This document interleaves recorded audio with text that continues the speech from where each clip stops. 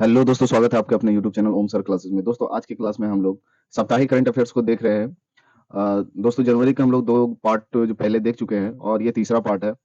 तो कोई भी क्वेश्चन को मिस मत कीजिएगा, क्योंकि जितने भी क्वेश्चन है वो बहुत ही ज्यादा इंपॉर्टेंट होने वाले हैं, क्योंकि जितने भी घटनाएं घटी हैं उसमें जो भी इंपॉर्टेंट है उसी को इसमें ऐड किया हुआ है। ठीक है, वो भी एमसीक्यू के साथ और एक्सप्लेनेशन के साथ। इसमें बीच बीच में आपको डायरेक्ट टू हिट का क्वेश्चन मिलेगा, जो बहुत सारे एग्जामिनेशन में आ चुके हैं और आने वाले एग्जामिनेशन में आने वाले हैं। ठीक है, तो चलिए स्टार्ट करते हैं। दोस्तों, स्टार्ट करने से पहले यदि आप लोगों ने चैनल को सब्सक्राइब नहीं है किया है तो प्लीज सब्सक्राइब कर लीजिएगा।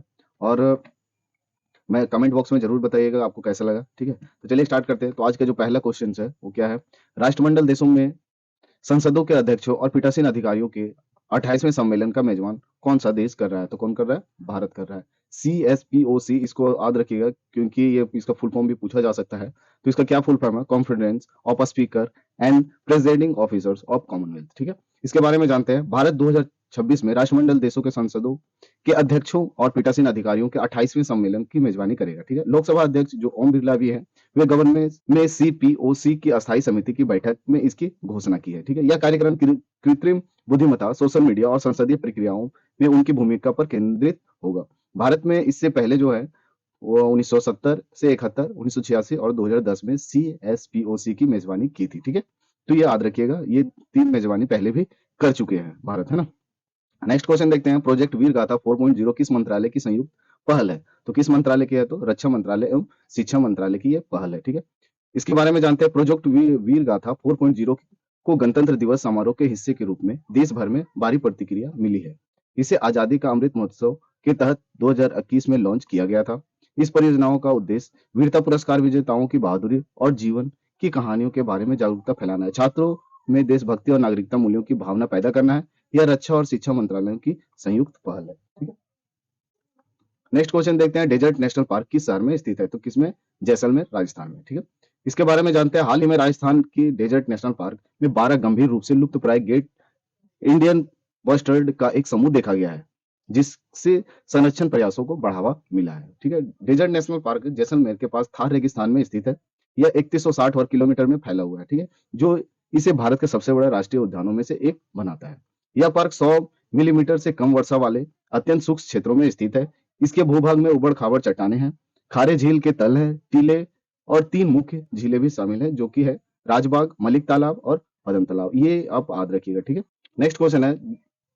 जनवरी 2025 में जोरान मिलनोवी को किस देश की राष्ट्रपति चुना गया है? तो क्रोएशिया की राष्ट्रपति चुना गया है। ठीक है, इसके बारे में जानते हैं। जोरान मिलनोवी को 5 साल के कार्यकाल के लिए क्रोएशिया के राष्ट्रपति के रूप में फिर से चुना गया। यह 74% रन ऑफ वोट हासिल किया है। ठीक है, 29 दिसंबर 2024 को राष्ट्रपति चुनाव के पहले दौर में मिलनोवी ने 49.1% वोट जीते थे, जिसके लिए 12 जनवरी 2025 को दूसरे दौर की आवश्यकता थी। ठीक है, इसके बारे में और जानना हो तो इसको आप नोट डाउन कर लीजिएगा। ठीक है, नेक्स्ट क्वेश्चन है।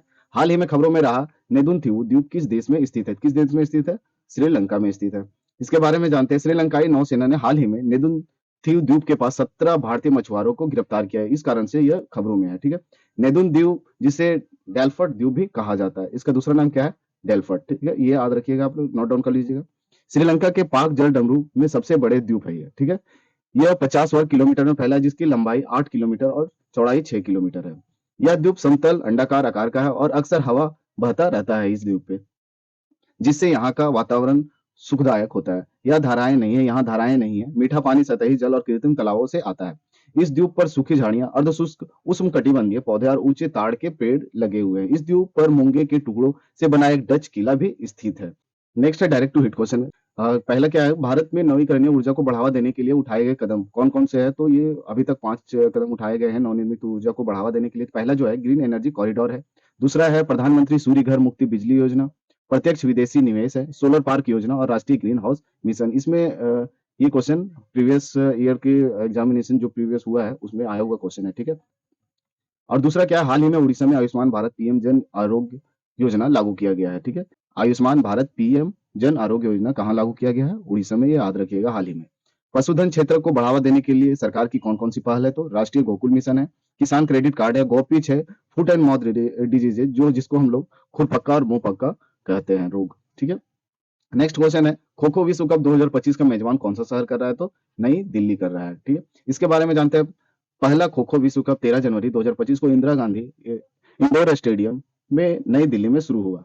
इसका उद्घाटन भारतीय खो खो महासंघ के अध्यक्ष जो हैं सुधांशु मित्तल ने किया है। ये भी याद रखिएगा कि खो खो महासंघ के अध्यक्ष अभी कौन है, तो सुधांशु मित्तल है। ठीक है, इसका आयोजन भारतीय ओलंपिक संघ की सहयोग से भारतीय खो खो महासंघ द्वारा किया गया है। ठीक है, यह आयोजन जो है 13 से 19 जनवरी के बीच चलेगा।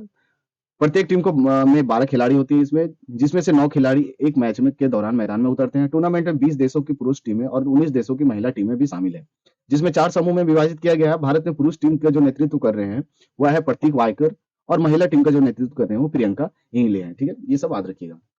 नेक्स्ट क्वेश्चन है, नेपच्यून मिसाइल किस देश द्वारा विकसित की गई है? तो यूक्रेन द्वारा ये विकसित किया गया है। इसके बारे में जानते हैं। R360 नेपच्यून एक यूक्रेनी निर्माता सबसोनिक क्रू मिसाइल है, जिसे मूल रूप से जहाज रोधी उद्योग के लिए डिजाइन किया गया है और बाद में इसे जमीन पर हमला करने के लिए अनुकूल किया गया है। यह रूसी KH-35 मिसाइल पर आधारित है, जिसे नाटो द्वारा AS-20 कायक के रूप में जाना जाता है। ठीक है, मिसाइल ने मार्च 2021 में यूक्रेनी नौसेना के साथ सेवा में प्रवेश किया। इसका वजन 870 किलोग्राम है। ठीक है, नेक्स्ट क्वेश्चन है, हाल ही में खबरों में रहा डिएगो गार्सिया द्वीप किस महासागर में स्थित है? तो किस महासागर में? हिंद महासागर में स्थित है। इसके बारे में जानते हैं। ब्रिटिश हिंद महासागर क्षेत्र में डिएगो गार्सिया के पास समुद्री सीमा पार करने के लिए 15 तमिलनाडु मछुआरों को हिरासत में लिया गया था। डिएगो गार्सिया एक कोरल एटॉल है जो मध्य हिंद महासागर के चागोस द्वीप समूह में सबसे बड़ा, सबसे दक्षिणी द्वीप है। यह 44 किलोमीटर वर्ग में फैला हुआ है। इसका जो ब्रिटेन में 1966 में डिएगो गार्सिया को सैन्य अड्डे के लिए अमेरिका को पट्टे पर दिया था, जिससे इसके निवासियों को विस्थापित होना पड़ा था। ठीक है, नेक्स्ट है direct to hit question. Basalt के अपचय के कारण कौन सी मिट्टी का निर्माण होता है? तो रेंगोड मिट्टी का निर्माण होता है, जिसे हम काली मिट्टी भी बोलते हैं। कैर्च जल डमरू मध्य अजोवा सागर को काला सागर से जोड़ता है, ये भी याद रखिएगा। ठीक है, परमाणु ऊर्जा आयोग 1948 में वैज्ञानिक अनुसंधान विभाग के अंतर्गत स्थापना की गई थी। परमाणु ऊर्जा आयोग 1948 में वैज्ञानिक अनुसंधान विभाग के अंतर्गत स्थापना किया गया था। ठीक है, ये याद रखिएगा। हाल ही में DRDO ने ATGM नाग MK2 के फील्ड एवोल्यूशन ट्रायल्स राजस्थान के पोखरण फील्ड रेंज में सफलतापूर्वक आयोजित किया गया। ठीक है, नेक्स्ट है, प्रधानमंत्री ने जम्मू कश्मीर में गांदरबल की सोनमर्ग क्षेत्र में जेड मोड सुरंग का उद्घाटन किया है। ठीक है, ये याद रखिएगा। नेक्स्ट क्वेश्चन है, हाल ही में भारतीय नौसेना के लिए लॉन्च किया गया दूसरे बहुउद्देशीय पोत का नाम क्या है? तो INS उत्कर्ष है। ठीक है, इसके बारे में जानते हैं। लर्सन एंड ट्रूबो ये एक कंपनी है, ने चेन्नई के पास कट्टुपल्ली शिपयार्ड में भारतीय नौसेना के लिए दूसरा बहुउद्देशीय पोत INS उत्कर्ष लॉन्च किया है। INS उत्कर्ष, जिसका अर्थ है superior air conduct, L&T ship building limited द्वारा बनाया गया है। यह पोत 106 मीटर लंबा, 18.6 मीटर चौड़ा, जिसका विस्थापन 3750 टन से अधिक है। यह इतना वजन ढो सकता है और इसकी अधिकतम जो गति है वह 15 समुद्री मील है। नेक्स्ट क्वेश्चन है, रणथंबोर टाइगर रिजर्व किन दो पर्वत श्रृंखलाओं की जंक्शन पर स्थित है? तो अरावली और विंध्य के बीच में यह स्थित है।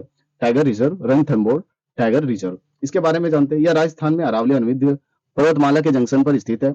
यह कभी जयपुर के महाराजाओं के लिए शाही शिकारगाह हुआ करता था और यह अब जो है भारत के सबसे बड़े बाघ अभ्यारण्यों में से एक है। नेक्स्ट क्वेश्चन है, नाग MK2 मिसाइल किस संगठन द्वारा विकसित की गई है? तो रक्षा अनुसंधान और विकास संगठन DRDO द्वारा ये विकास किया गया है। इसके बारे में जानते हैं। नाग MK2 तीसरी पीढ़ी की स्वदेशी रूप से विकसित anti tank fire and forget guided missile है। ये इसे रक्षा अनुसंधान और विकास संगठन DRDO द्वारा विकसित किया गया है। ठीक है, नेक्स्ट क्वेश्चन है, समाचारों में हाल ही में देखी गई पवना नदी किस राज्य में से होकर के गुजरती है? तो ये महाराष्ट्र से होकर के गुजरती है। इसके बारे में जानते हैं। पवना नदी पश्चिमी महाराष्ट्र में बहती है, पुणे को पार करती है और पुणे और पिपरी चिंचवाड़ को विभाजित करती है। यह पश्चिमी घाट से निकलती है। यह पुणे के पास मूला नदी में मिलने से पहले देहू, चिंचवाड़, पिंपरी और दपोड़ी से होकर बहती है। यह लगभग 60 किलोमीटर की लंबी यात्रा करती है और भीम नदी में जाकर के भीमा नदी में मिल जाती है। ठीक है, दोस्तों अभी महाकुंभ चल रहा है तो उसके बारे में जान लेते हैं हम लोग। कुंभ मेला का आयोजन कहाँ कहाँ होता है? तो हरिद्वार में होता है, उज्जैन, नासिक और प्रयागराज में होता है। हरिद्वार कहाँ? उत्तराखंड, जो कि गंगा नदी के तट पे होता है। उज्जैन जो है मध्य प्रदेश में है, श्रीपा नदी के तट पे यह आयोजन होता है। हर ये 3 साल में आयोजित किया जाता है। ठीक है, नासिक जो गोदावरी नदी के तट पे है, जो अभी चल रहा है प्रयागराज में उत्तर प्रदेश में, वो गंगा, यमुना और सरस्वती के बेसिन पे, यह संगम पे लगा हुआ है। ठीक है, कुंभ मेले को 2017 में यूनेस्को की अमूर्त सांस्कृतिक विरासत सूची में शामिल किया गया है। चीनी यात्री, इसका जो जिक्र है, चीनी यात्री हेंग सॉन्ग ने सबसे पहले अपने यात्रा वृतांक में कुंभ मेले का उल्लेख किया था। ठीक है, हेंग सॉन्ग जो थे वो 17वीं शताब्दी में राजा हर्षवर्धन के शासनकाल के दौरान भारत की यात्रा पर आया था, ठीक है। और एक जो आदि शंकराचार्य थे, वो 9वीं शताब्दी में कुंभ मेले को इसका वर्तमान स्वरूप दिया था, ठीक है। नेक्स्ट क्वेश्चन है, शिकारी देवी वन्य जीव अभ्यारण्य किस राज्य में स्थित है? तो कहाँ पे? हिमाचल प्रदेश में स्थित है। भारत सरकार ने शिकारी देवी वन्य जीवन अभ्यारण्य के आसपास के क्षेत्रों को शहरीकरण और विकास से बचाने के लिए पर्यावरण संवेदनशील क्षेत्र के रूप में नामित किया है, ठीक है। यह अभ्यारण्य हिमाचल प्रदेश के मंडी जिले में हिमाचल की तलहटी में स्थित है। यह 1800 और 3400 मीटर के बीच की ऊंचाई को कवर करता है, जो देवदार जो पेड़ है के जंगलों से अल्पाइन घास के मैदानों में परिवर्तन को दर्शाता है। अभ्यारण्य का नाम देवी शिकारी देवी के नाम पर रखा गया है, ठीक है, जिसका पवित्र मंदिर समुद्र तल से 2850 मीटर ऊपर है, ठीक है। तो ये याद रखिएगा, नोट डाउन कर लीजिएगा, ठीक। नेक्स्ट क्वेश्चन है, हाल ही में किस देश द्वारा अभ्यास डेविल स्ट्राइक आयोजन किया गया है? तो भारत द्वारा आयोजन किया गया है। इसके बारे में जानते हैं। भारतीय सशस्त्र बलों ने 16 से 19 जनवरी तक अभ्यास डेविल स्ट्राइक आयोजित किया है। इसमें सेना और वायुसेना के हवाई सैनिक शामिल होंगे। अभ्यास का उद्देश्य जो है परिचालन तत्परता और अनुकूलनशीलता को बढ़ावा देना है। इसने सैन्य उत्कृष्टता को बनाए रखने और भविष्य की चुनौतियों के लिए तैयार करने की प्रतिबद्धता पर जोर दिया है, ठीक है।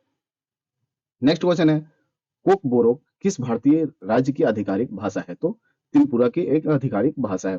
इसके बारे में जानते हैं। त्रिपुरा छात्र संघ ने अगरतला में विरोध प्रदर्शन किया। कोकबोरोक भाषा के लिए रोमन लिपि की मांग की। कोकबोरोक लोगों की भाषा है। बोरोक लोग जो बोरोक जनजाति है उनकी भाषा है, जिसे आधिकारिक तौर पर 19 जनवरी 1979 को त्रिपुरा में मान्यता दी गई थी भारत सरकार द्वारा, ठीक है। यह एक सीनो तिब्बती भाषा है।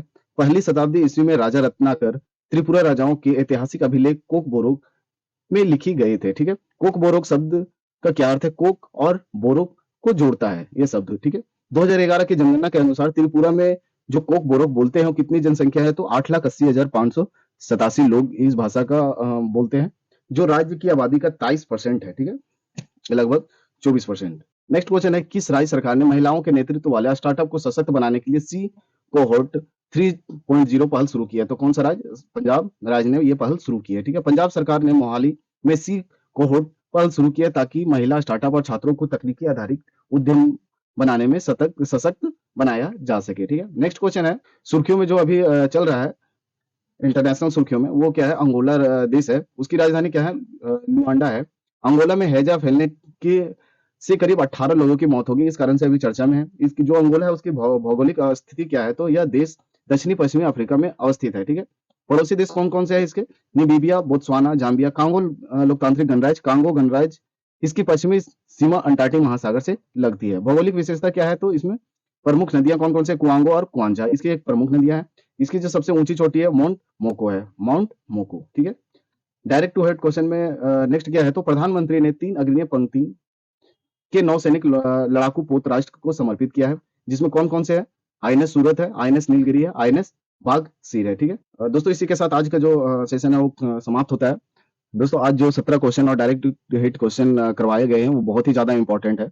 इसको फिर से रिवाइंड करके देख लीजिएगा, क्योंकि एक या दो क्वेश्चन आपके आने वाले एग्जामिनेशन में हिट करेंगे, ठीक है। तो दोस्तों मिलते हैं नेक्स्ट वीडियो में फिर से एक नेक्स्ट वीक में। दोस्तों यदि आप लोगों ने सब्सक्राइब नहीं किया है तो प्लीज सब्सक्राइब कर लीजिएगा। तो मिलते हैं नेक्स्ट वीडियो में। Thank you.